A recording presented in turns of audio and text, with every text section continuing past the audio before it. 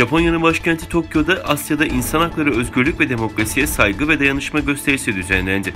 Asya ülkelerinden insan hakları örgütlerinin üyeleri başkentin Shibuya bölgesinde bulunan Birleşmiş Milletler Üniversitesi binası önünde toplandı. Myanmar, Kamboçya, Moğolistan bayraklarının taşındığı gösteride "Kahrolsun Çin, terörist Çin, Uygur katliamını durdur, Doğu Türkistan'a özgürlük, Suu Kyi'yi salıver, Güney Moğolistan'a yardım" sloganları atıldı. Daha sonra polis kordonu eşliğinde Omotesando Bulvarı'ndan Shibuya istasyonuna yürüyen göstericiler olaysız dağıldı. Uygur Türklerinin kalabalık temsil edildiği yürüyüşte Çin'in Sincan Uygur Özerk Bölgesi'ndeki insan hakları ihlalleri protesto edildi.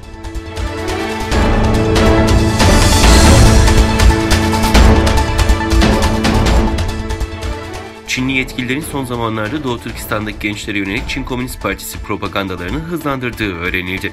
Habere göre Çin, Doğu Türkistan'da ilk ve ortaokullardaki Uygur çocuklara Komünist Parti'ye sevgi besleyen şarkılar, sözde Çinli kahramanların hikayeleri ve Çin Komünist Partisi'nin kuruluş tarihi hakkındaki bilgiler üzerine yarışmalar ve çeşitli etkinlikler düzenleyerek beyin yıkama politikasını yoğunlaştırdı. Okullarda Komünist Parti dersleri verilmesinin yanı sıra Çin Komünist Partisi tarihi, kuruluşu ve Çin lideri Mao öncülüğündeki devrim döneminde yapılan toplantılar hakkında görsel, işitsel materyaller kullanılarak sanal ziyaretler yapıldığı ileri sürülüyor.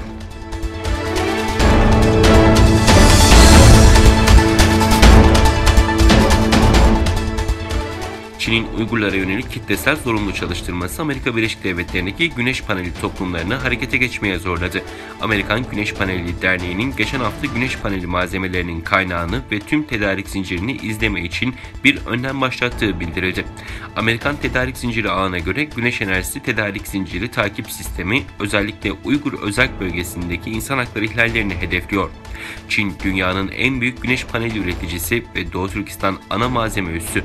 Daha önce uluslararası araştırma enstitüleri ve medya, Uygurların bölgedeki güneş paneli fabrikalarında çalışmaya zorlandığını ortaya çıkardı. Ancak Alman bir pazar analisti en iyi çözümün tedarik kaynağını Çin'den çıkarmak olacağını, ancak kısa vadede bunu yapmanın zor olacağını ve kısa dönemde tek çözümün izleme olduğunu söyledi.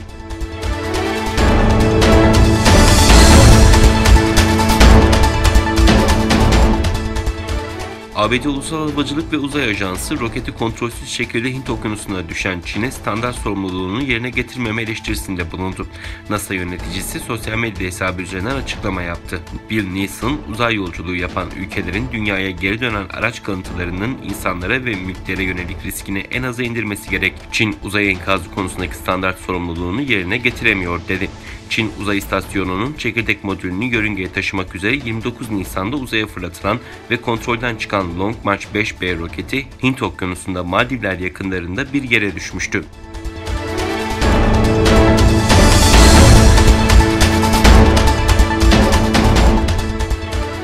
İsrail'in Mescid-i Aksa'da ibadet eden Filistinlilere yönelik şiddeti sürüyor. İsrail polisi sabah namazı sonrası cemaate plastik mermiyle müdahale etti. Cuma gününden bu yana yaralananların sayısı 300'ü geçti. İsrail, Ramazan ayında da Filistinlilere zulmediyor.